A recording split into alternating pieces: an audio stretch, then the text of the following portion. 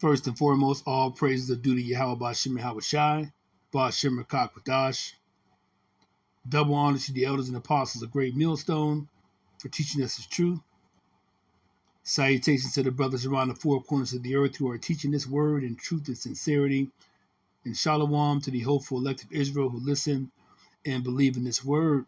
This is Brother Kawat Zabad coming at you with another lesson. This one is entitled, Evil Communication Corrupts Good Manners. And the basis of this lesson, this video, is once you get into this truth, of course, you still have friends that you hung around before you put off the old man and were quickened in the spirit. But at the same time, you need to separate yourself from people that are going to be bringing in saying things that are wicked or still exhibiting evil communication. You see, things that don't mesh with the spirit that you're in. So once you come into this truth, you're going to do your best to walk in the spirit and not be carnal minded. You see, but to be spiritually minded. To be carnal minded equals death. To be spiritually minded equals life and peace. And that life and peace is based on believing in Yahawashi, believing that he was here, that he died, that he was resurrected, that he's on the right hand side of the Father, and that he's going to be coming back on the day of the Lord with judgment and to begin his reign as King of Kings and Lord of Lords, and to extract the elect, the 1/3 of Israel, the elect, on this side into the chariots to reign with him for 1,000 years. And during that 1,000 years, he's going to get the planet back in order, in righteousness. There will be no more wickedness. All the other nations will be under the Israelites. You see, particularly Esau, Edom, all right? But after that first 1,000 years, Esau is going to be destroyed. The so-called white man, the devil, or adversary. And the other nations will be allowed to go back to their original homelands. But that 1,000 years, everything is going to have to get put in order. The other nations are going to have to learn how to live in righteousness. They're going to learn the laws, statutes, and the commandments. But, that starts now with us, the Hebrew Israelites who know they're Hebrew Israelites, who have put off the old man, who are walking in the spirit, who believe in the name of Yahweh, the Father, the Most High, and his Son, Yahawashi, who have separated ourselves from wickedness to the best of our ability, who realize Babylon, America, is wicked and it's going to be destroyed. So, like I said, that brings, us to this lesson that you have to be aware of who you're hanging around. Even those that call themselves Hebrew Israelites. If they're not in line or in sync with what you know as far as the 100% truth doctrine that we've been taught by GMS, okay, the elders and apostles of GMS, starting with Elder Apostle Tahar on down, all right, and the affiliates, okay, of GMS, those affiliated with this true doctrine of Yahawashi, if someone's doctrine is off as a Hebrew Israelite, you need to not be around that person because it's going to corrupt you, as well as just your normal, everyday Hebrew Israelite who may not know they're a Hebrew Israelite. You see, you may have an old friend and he's good, he's cool, a cousin that you hung out with. I mean, I'm not saying you can't hang out with them, but in general, if you're in this truth, you're a man of the Lord. Your main focus is, having your head in these scriptures, praying, doing your best to walk in the spirit, doing your best to rehearse the righteous acts, to do the laws, statutes, and commandments to the best of your ability, particularly the first 10 laws, statutes, and the commandments. So you have to be aware of who you're around and circumspect, always looking around, okay? And leaving no stone unturned and just being aware of what's going on around you. So like it says, evil communication corrupts good manners, because you could be hanging around somebody and then eventually that spirit that they're under, that carnal spirit, can rub off on you. and can affect, your walk, with Yahweh Ba'Shem Yahweh Shai. So let's begin with 2 Corinthians, the 6th chapter. And we have verse 14. Be not unequally yoked together with unbelievers. For what fellowship hath righteousness with unrighteousness? And what communion hath light with darkness? So you're not to be teaming up with unbelievers. Okay? If you're living a righteous way of life to the best of your ability, okay, what fellowship have, righteousness with unrighteousness?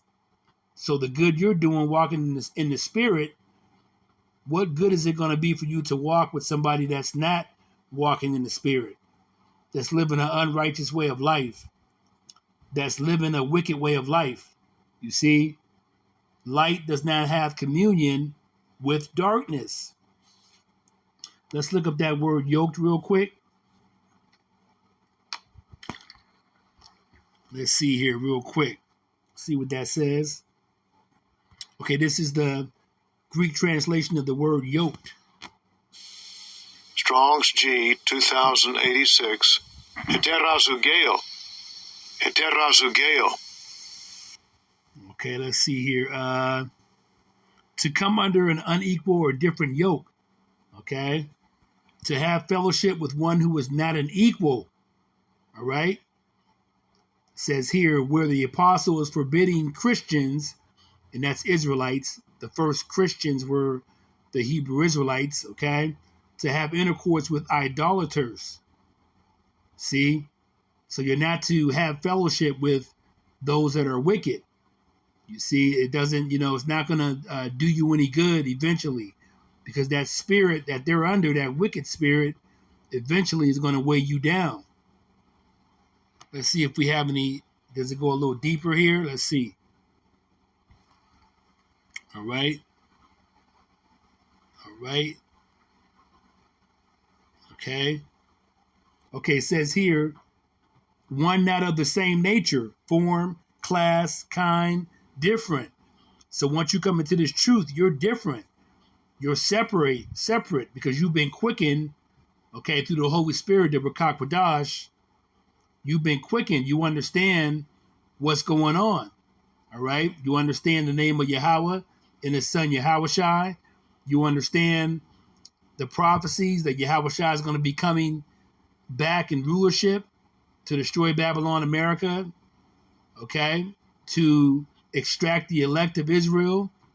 You understand these things. You understand, if you're really in this truth about the upcoming Jacob's trouble, where they're going to try to, the elites of the Edomites are going to try to get the Hebrew Israelites to, or convince the Hebrew Israelites to take that RFID chip spoken of in Revelation chapter 13, verse 16 and 17. So you understand these prophecies. You know what's going on. You're aware. You've been circumspect, looking all around you, and you've been vigilant, you see. So that puts you in a different class. Okay, let's go back here. 2 Corinthians 6 and verse 14 again. Be not unequally yoked together with unbelievers. For what fellowship hath righteousness with unrighteousness?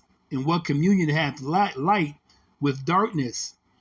So if you're around somebody that's smoking weed or cigarettes, that's not going to bring any good to you. You see, it may even make you weak, and then you start smoking weed and cigarettes. You see? So even being around that person is not a good thing. Let's continue. Verse 14. And what concord hath Yahweh Shai with Belial? Or what part hath he that believeth with an infidel? Excuse me. Let's read on the right-hand side, the NLT version. What harmony can there be between Yahweh Shai HaMashiach and the devil? There ain't no harmony. How can a believer be a partner with an unbeliever? You see?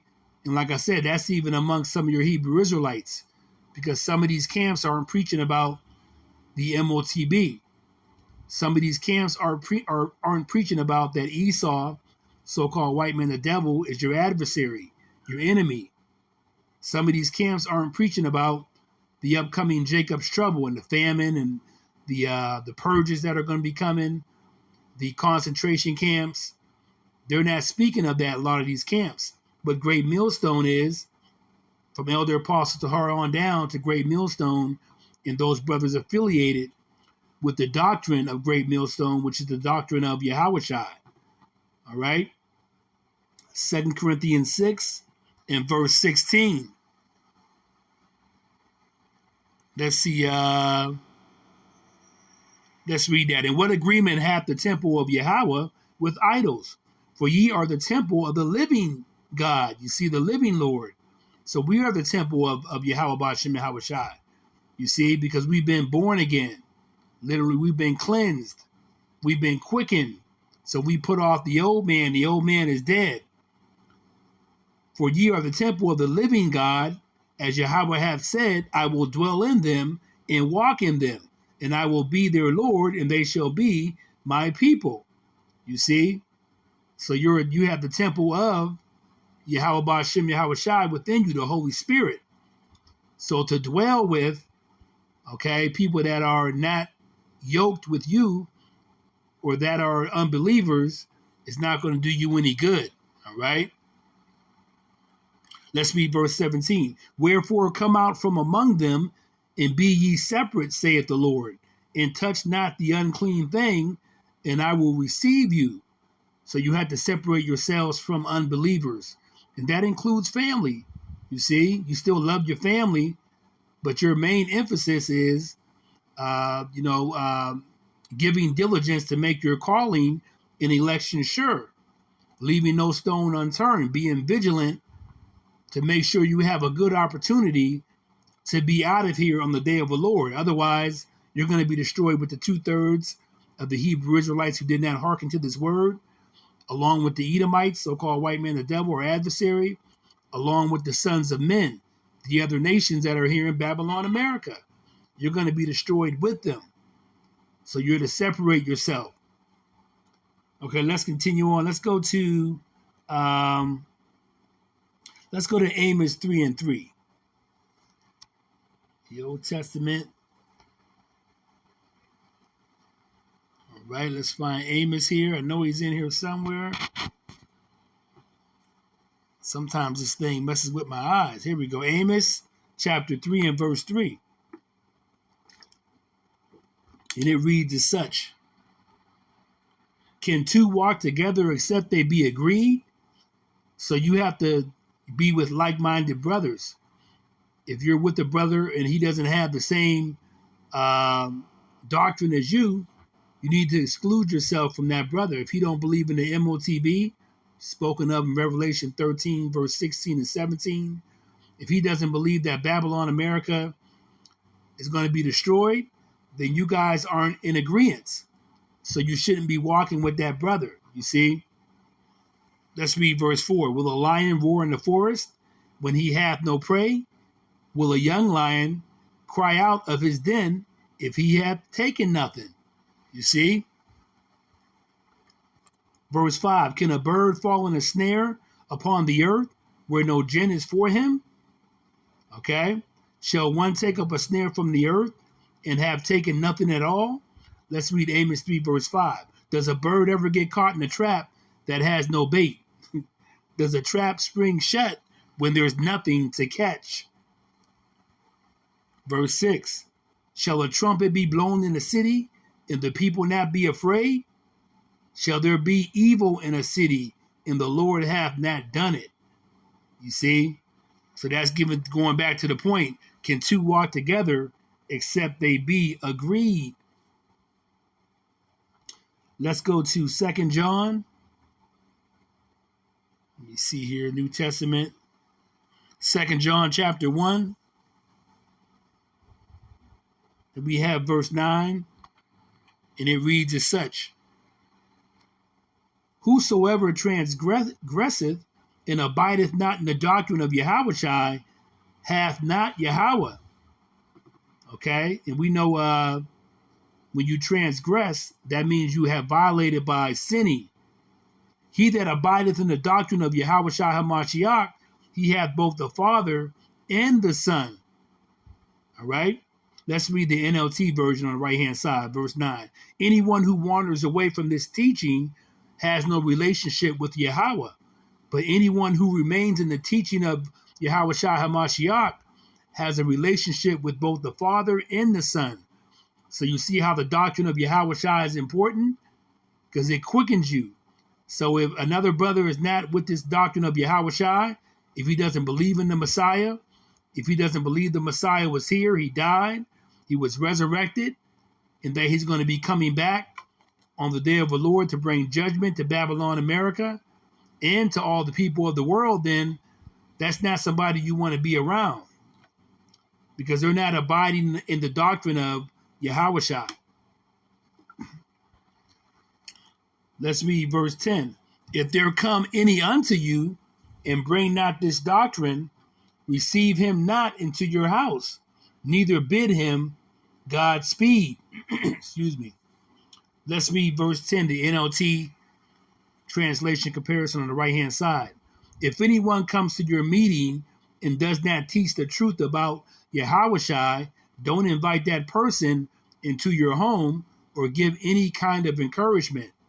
You see, so if you're not in agreement with the same doctrine, then that person shouldn't even be in your house, because that spirit is not a good spirit. You know, it's not in tune with the doctrine of Yahweh Shai. So let's continue. Let's go to, let's see, was there anything else I wanted to? Okay, let's read verse 11. For he that biddeth him Yahweh speed is partaker of his evil deeds. Okay? So anyone who encourages such people who aren't in agreement with the doctrine of Yahweh Shai, you become a partner in their evil work. You see? So it's not going to benefit you. And that brings us back to the lesson: evil communication corrupts good manners. That spirit is not a good thing to be around.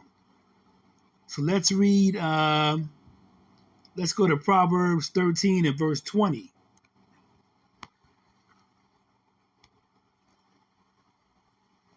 Let's see here, Proverbs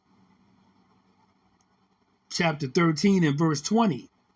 And it reads as such. Let's see what we got here. He that walketh with wise men shall be wise, but a companion of fools shall be destroyed.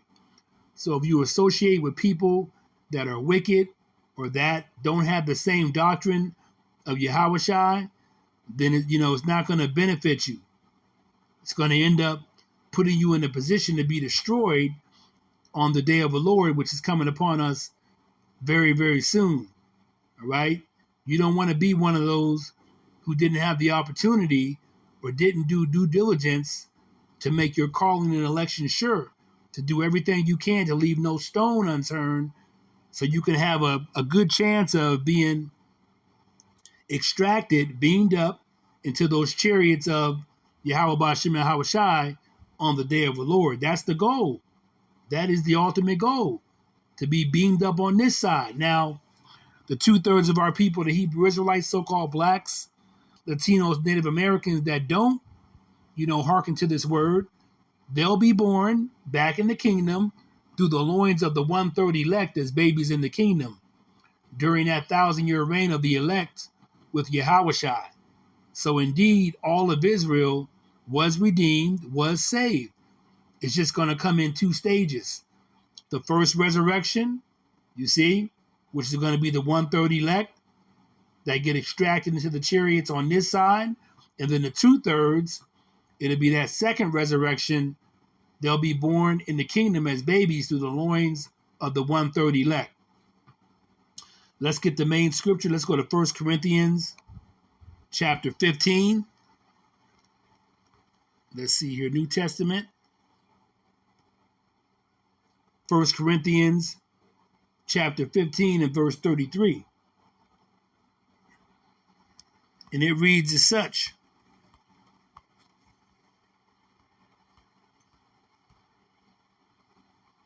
Be not deceived. Evil communications corrupt good manners. All right?